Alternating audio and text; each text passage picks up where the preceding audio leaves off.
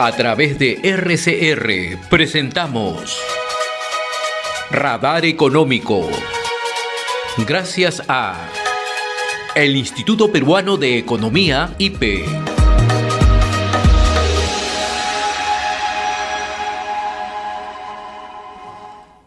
Le damos la bienvenida y le agradecemos la amabilidad que tiene con RCR, Red de Comunicación Regional, a Víctor Fuentes, economista jefe del Instituto Peruano de Economía, IPE. Víctor, qué gusto saludarte, ¿cómo estás? Sí, qué gusto poder volver a compartir. Sí, queremos conversar contigo para medir el impacto, ¿no?, de estas protestas, de estas demandas, de estas acciones de agitación, cómo afecta a nuestra economía. Y hoy hay un interesante, ¿no?, investigación, informe del Instituto Peruano de Economía con el diario El Comercio, donde da a conocer que la inflación en las regiones afectadas por protestas tocaron máximo en 15 años, ¿no? Grafícanos, ¿qué es lo que está ocurriendo? ¿Cómo está afectando a la economía, y en este caso, el tema inflacionario en algunas regiones del país, por favor? Gracias, José. Sí, efectivamente, hemos revisado la evolución de la inflación tratando de separar aquellas regiones que han sido más impactadas por las protestas de aquellas que no tanto. Y los resultados son bastante interesantes. Hemos visto cómo en general ha habido una tendencia similar entre todas las regiones del Perú desde agosto hasta noviembre del 2022. Sin embargo, la diferencia se empieza a abrir en diciembre y es mucho más clara en enero entre las regiones afectadas por las protestas, principalmente en el sur del Perú. Esto ha significado que para las cifras de enero, entre las regiones del sur afectadas por las protestas, Cusco, Puno, Madre de Dios, Apurímac y Cataño y Moquegua, tengan una inflación en conjunto de aproximadamente 10.6%. Esta inflación, si lo comparamos de manera histórica, es la más alta en más o menos 15 años, ¿no? Ahora, si bien este promedio es de 10.6%, han habido regiones en las que la inflación ha sido mucho mayor, como por ejemplo el caso de Madre de Dios, que ha tenido una inflación de más o menos 15%, que es la más alta en 25 años. Ahora, estas dinámicas diferenciadas de la inflación, sí hemos visto que han marcado una aceleración importante entre enero comparado con diciembre.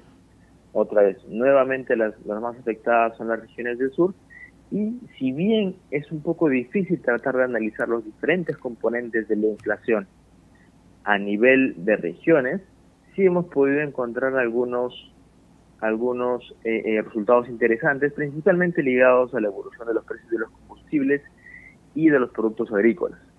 En algunos casos hemos encontrado como los precios se han multiplicado por 6, ¿no?, como en el caso de la papa y el tomate, Madre de Dios. Y en general hemos visto como los precios, por ejemplo, de la arveja ha pasado de más o menos 6 soles a más de 10 soles. Y claro, estos precios, si bien han aumentado fuertemente, claramente deben haber tenido un impacto diferenciado dentro de las regiones entre los diferentes grupos más vulnerables en estas regiones. El estudio que presentan, el informe que presentan es bastante interesante, si tú acabas de remarcarlo, ¿no? En Madre de Dios, el precio del tomate y la zanahoria se multiplicó por 6 durante enero. Nosotros hemos tenido oportunidad, Víctor, de conversar con distintos referentes de opinión en Madre de Dios. En efecto, el kilo de tomate la semana pasada llegó a 14 a 15 soles, ¿no? Ni qué decir el precio del gas doméstico. El balón de gas doméstico llegó a superar los 200 soles. La gasolina también tuvo un precio exponencial. En Puno también ocurre lo mismo. ¿Cuál es el efecto cuando hablamos de inflación en el bolsillo de la población? Se paralizan las actividades productivas, hay escasez de productos y estos suben de manera exponencial. ¿Cómo afecta al poblador común y corriente esto, Víctor? Bueno, cuando tenemos episodios de inflación muy alta, lo que suele ocurrir es que los ingresos de los hogares normalmente no aumentan, y en algunos casos, sobre todo en estas regiones paralizadas, los ingresos más bien se reducen, ¿no? Muchos de los hogares que viven del día a día no pueden salir a trabajar y por lo tanto sus ingresos, en lugar de mantenerse siquiera, se caen. Ahora, si tenemos el mismo ingreso, incluso un ingreso más bajo, y los precios están más altos, eso significa que nuestra capacidad adquisitiva, la capacidad de compra que tenemos, se va a reducir. Entonces, en un escenario de alta inflación, lo que ocurre es que los hogares tienen una menor capacidad adquisitiva, menor capacidad de compra, lo que al final va a significar que van a poder adquirir menos productos y por lo tanto van a enfrentar en algunos casos riesgos de pobreza o de vulnerabilidad. En ese sentido, sí vemos con preocupación como posibles protestas en otras regiones también puedan significar presiones inflacionarias y por lo tanto presiones sobre la capacidad adquisitiva de los hogares durante esta primera parte del 2022 en las que las protestas están marcando el quehacer del día a día. Ya hemos visto cómo la carretera central ha estado cerrada durante aproximadamente 3 días y el cierre de la carretera central también significa un impacto importante para 4 regiones: Junín, Pasco, Huánuco y Ucayali. Estamos dialogando con Víctor Fuentes, economista jefe del Instituto Peruano de Economía, para que nos ayude un poco a explicar cómo impacta en nuestra economía, en el día a día, en la vida cotidiana de los peruanos, las protestas, las demandas que se están generando en varios puntos del territorio nacional y también acciones de violencia. Hay otro tema que no queremos perder de vista, Víctor, ¿no? El tema de que en algún momento lo hemos abordado, el caso de cuando medimos este impacto, lo que está ocurriendo con la caída de vuelos en el Cusco. En realidad el Cusco siempre se había caracterizado por lo menos antes de prepandemia, de ser un aeropuerto que recibía al día 30, 40 vuelos de ida y vuelta, ¿no? Esto se ha caído y está por los suelos. ¿Cómo afecta esto, Víctor? Por supuesto, las protestas y el bloqueo de las vías ha tenido impactos diferenciados en diferentes sectores. Uno de ellos, uno de los más afectados, ha sido el sector turismo. Y para poner nada más, uno es el caso de Cusco, otro es el caso de Puno, que en febrero debería celebrar la fiesta de la Candelaria, y al no poder realizarse por estar cerrado Puno, por lo tanto la cancelación de muchas de las reservas, no solamente de aviones, sino también de hoteles y restaurantes, va a significar un impacto económico muy grande para la región. Se calcula que son más de 100 millones de soles, según Infotur. En el caso particular de Cusco, que como bien decías es el principal destino turístico en el Perú, hemos tratado de analizar cuáles son el impacto de corto y mediano plazo. En el corto plazo hemos visto cómo los indicadores de alta frecuencia, es decir, no tenemos todavía las estadísticas de los visitantes de Micetur, pero tenemos estadísticas de vuelos diarios. Los vuelos diarios nos dicen que hay una caída muy fuerte, la cantidad de vuelos en enero ha sido mucho más baja que frente a los niveles prepandemia, ¿no? Aproximadamente 40% por debajo de los niveles prepandemia, después de haber registrado una recuperación lenta, pero una recuperación ya al fin y al cabo durante los meses previos. Este menor flujo de aviones hacia Cusco naturalmente también se ha traducido en menores niveles de ingresos para un sector que emplea a una buena parte de la fuerza laboral de Cusco y que tiene articulaciones con otros sectores muy importantes. Empieza naturalmente con transportes, empieza con hoteles y restaurantes, pero también tiene un impacto significativo con el sector servicios, los paquetes turísticos, con comercio, con textiles, con manufactura, y esto ha significado un impacto importante para la región. Y sobre todo hay que graficar que el impacto más importante sobre el turismo no es sobre el turismo de las grandes empresas, sino más bien es el impacto sobre el turismo de las micro y pequeñas empresas que en el sector turismo son la gran mayoría. Entonces, el impacto nuevamente no ha sido sobre, no ha sido promedio y digamos de igual manera para todos, proporcionalmente ha sido más grave para los hogares y las empresas más vulnerables. Ahora, Víctor, el otro impacto que en realidad va a tener una repercusión de bastantes consideraciones en el país es el tema de las operaciones mineras, ¿no? Esta semana hemos conocido que la empresa MMG Las Bambas ha cerrado sus operaciones desde el 1 de febrero, ¿no? Pero no solamente eso, lo que hemos visto anteriormente, lo que ha ocurrido en el corredor minero, ¿no? Antapacay fue atacada y la empresa tomó la determinación de suspender operaciones. Ha ocurrido también con Habday, que está en el mismo corredor en Chumbivilcas, y hace unos días también con Anavis, ¿no? ¿Cómo va a impactar esto en la economía en su conjunto, Víctor? Efectivamente, otro de los sectores afectados, así como el turismo, ha sido el sector minería, particularmente en la zona sur, en zonas más afectadas por las protestas. Ahora, hay que recordar que el impacto sobre el sector minería tiene varios tipos de canales, ¿no? Por una parte, estas protestas han significado y podrían significar el cierre de algunas operaciones mineras, como Las Bambas, Habday, Antapacay, que en conjunto representan poco más del 20% de la producción de cobre en el Perú.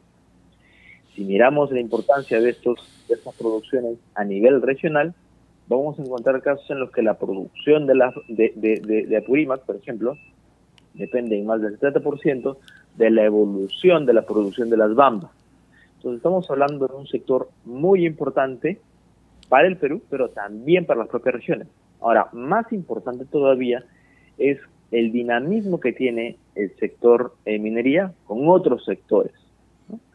Y en ese sentido podríamos enfrentar algunos riesgos en la ruptura de la cadena de pagos en la medida que diferentes actividades que dependen del sector minería podrían verse impactadas en el corto plazo, ¿no? Es decir, si dejo de trabajar como sector minería hoy, voy a dejar de contratar trabajadores hoy, voy a dejar de contratar proveedores hoy, y estos proveedores y mis trabajadores también van a dejar de contratar o de comprar hoy. Este efecto, como si fuera un castillo de naipes que se cae, ocurre muy rápidamente. Sin embargo, también va a haber un efecto importante sobre los ingresos fiscales. Buena parte del incremento del presupuesto público, en realidad la mayor parte del presupuesto público para inversión pública de los últimos años en estas regiones, y particularmente en los distritos y zonas de influencia, depende de el aporte fiscal del sector minería. Solamente por poner un ejemplo, en la municipalidad distrital de Chalhuahuacho, principal zona de influencia del proyecto minero Las Bambas, el presupuesto para inversión pública pasó de 5 millones en el 2012 a más de 270 millones en el 2022. Entonces, estamos hablando de un impacto muy grande en presupuesto que ante el cierre de las operaciones de uno de los proyectos económicos más importantes, también va a afectar la capacidad del Estado para poder seguir cerrando brechas sociales.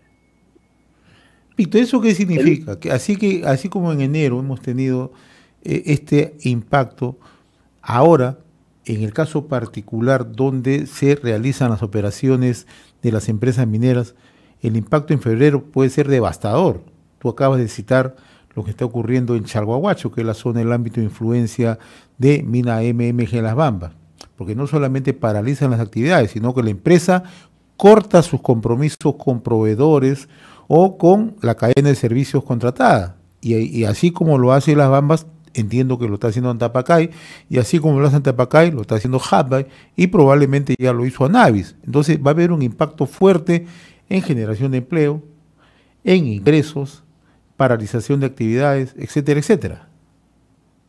Sí, efectivamente. no hay que recordar que probablemente hay un efecto también de mediano plazo. Producto de las protestas se ha paralizado el sector turismo, se puede paralizar el sector minería también, y las perspectivas para las inversiones, por un lado en el caso del sector minería, enfrentan un panorama más desafiante porque ya no solamente tiene que lograr construir un proyecto, sino que además de la fase de operación tiene que estar sujeta a algún conflicto social, algún conflicto, alguna protesta que pueda paralizar sus operaciones de producción.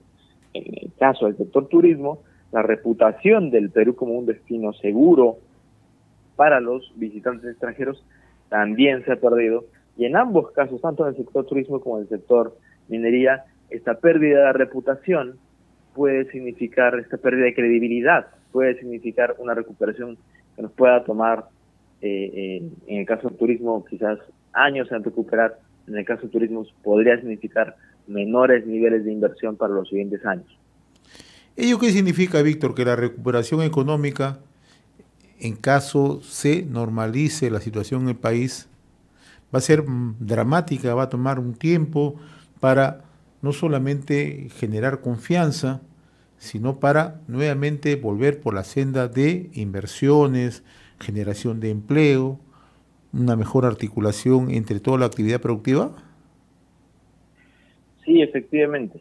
En la medida en que el crecimiento económico sea más bajo, también vamos a tener menores oportunidades para generar empleos de calidad y por lo tanto mejores ingresos que nos permitan salir de la pobreza y consolidar una mejor clase media. Ahora, hay que recordar que el crecimiento del Perú ya venía enfrentando una desaceleración importante. Y con desaceleración me refiero a que el ritmo al que veníamos creciendo se ha ajustado mucho. La velocidad a la que crecemos se ha venido apagando. Ahora, si bien hemos visto como hay una desaceleración importante a nivel nacional, sí podríamos observar algunos casos de recesión económica en algunas regiones más afectadas por las protestas. Caso particular de Puno y Cusco, por ahora de manera mucho más evidente. El cierre de las operaciones de Jadwe y Antapacay representa producción minera que no se va a ejecutar en el caso de Cusco, sumado a un sector turístico impactado, va a tener repercusiones sobre la economía, sobre el empleo, durante el cierre del último trimestre de 2022, pero probablemente también durante el primer trimestre del 2023. En ese sentido, 2 trimestres malos, 2 trimestres negativos podrían significar una recesión para algunas economías como Puno y Cusco por el momento. Ahora, visto todo este panorama de nuestra economía, Víctor, ¿cómo va a afectar esto también ya en el tema de la formalidad en el empleo? O sea, ¿esta va a caer y va a aumentar la informalidad? ¿A ese ritmo vamos a caminar en los próximos meses, sobre todo en las regiones donde hay convulsión social? Probablemente la tendencia sea esa, pero lo más importante es que hay que recordar que después de la pandemia no hemos logrado recuperar los niveles de formalidad que teníamos antes. Si bien el empleo total ha aumentado, es decir, si bien hoy tenemos más trabajadores ocupados que antes, esta recuperación del empleo total ha sido a costa de una mayor precarización de las condiciones laborales. ¿Qué queremos decir con esto? Principalmente 2 cosas. Por un lado, hoy tenemos más empleos informales, más subempleos, y por lo tanto tenemos menos empleos formales, menos empleos adecuados. Si bien esto es mucho más claro en Lima metropolitana, ¿no?, también se refleja en el resto de regiones del país. Ahora, ¿qué significa que tengamos un empleo más precarizado? Significa que los ingresos laborales, la probabilidad de tener mejores salarios es más baja. Y en efecto, vemos que los salarios en términos nominales, es decir, todavía no vamos a hablar de inflación, los salarios corrientes, digamos, han venido todavía por debajo de los niveles prepandemia, es decir, los salarios en el tiempo, en los últimos 3 años, no han crecido. Más bien están un poquito por debajo.